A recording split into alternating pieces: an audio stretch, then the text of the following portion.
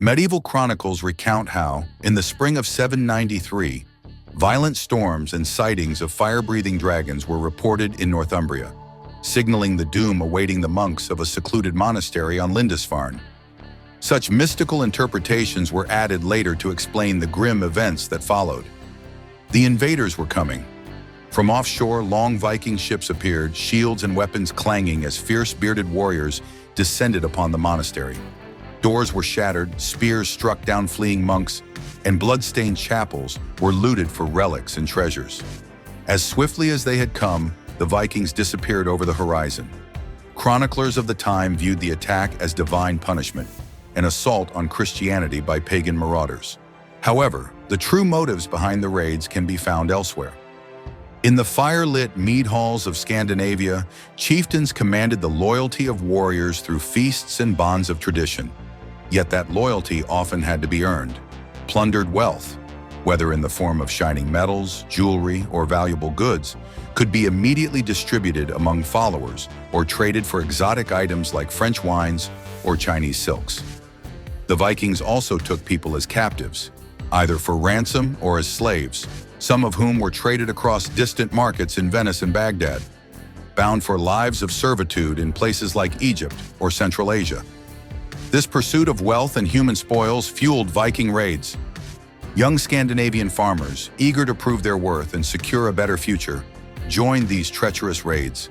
The more treasures a chieftain distributed, the more warriors would flock to him, leading to more raiding opportunities. These dynamics within Scandinavian society sparked an era of relentless raids across foreign lands. Their versatile longships enabled quick hit-and-run attacks that would devastate coastlines for centuries to come. Kingdoms would fall, cities would be looted, and territories would be conquered. But not everywhere would be as unprotected as Lindisfarne. News soon reached the court of Amir Abd al-Rahman II. 54 Viking longships had appeared off the coast of Lisbon. After ravaging France and northern Spain, the raiders had arrived in the Umayyad Emirate of Córdoba. The Vikings wasted no time, sacking Lisbon and seizing slaves and treasures. They wreaked similar havoc on Cadiz and Medina Sidonia before heading up the Guadalquivir River toward Seville, one of the prized cities of the emirate. For Abd al-Rahman, this was a pivotal moment. While some, like the Frankish king Charles the Bald, paid off the Vikings to avoid destruction, Abd al-Rahman knew that paying tribute would only invite further attacks. Instead, he called upon local Muslim leaders, some of whom were former rivals, to unite against the invaders. But the Vikings moved quickly, taking Seville and pillaging for a week. Survivors fled into the mountains while the raiders loaded their ships with loot and sent for reinforcements. A hastily assembled army gathered to confront them. At dawn, as thousands of Vikings marched out of Seville to raid more towns, the Muslim forces launched a surprise attack. They decimated a portion of the Viking forces, driving the rest out of Seville. Although the Vikings managed a few victories, they also suffered significant losses. As they retreated down the river, catapults hurled Greek fire, an incendiary substance, onto their ships, burning many longships and their crews. The surviving Vikings were forced to ransom their captives and flee along the coast, leaving behind a grisly reminder: 400 of their comrades hanged from palm trees, a warning to future raiders. Viking raids thrived on division and unrest among kingdoms.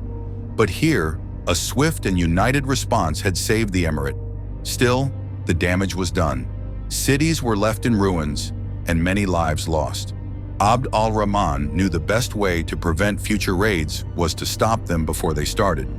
So he ordered the creation of a powerful fleet and a coastal defense system with watchtowers and messengers. Yet over a decade after the initial attack, Viking leaders Hasting and Bjorn Ironside led another fleet along the Spanish coast. They once again reached the mouth of the Guadalquivir, but this time, Córdoba's new fleet met them.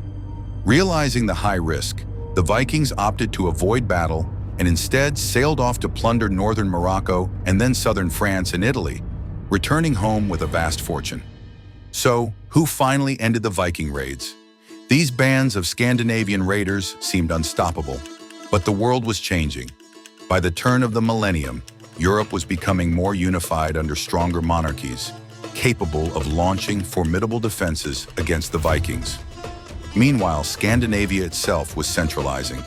Great kings began consolidating power, forming Christian kingdoms that pursued more organized methods of trade and expansion. The Vikings were never truly defeated, they simply evolved. We hope you enjoyed this historical documentary. Like and subscribe if you want to see more.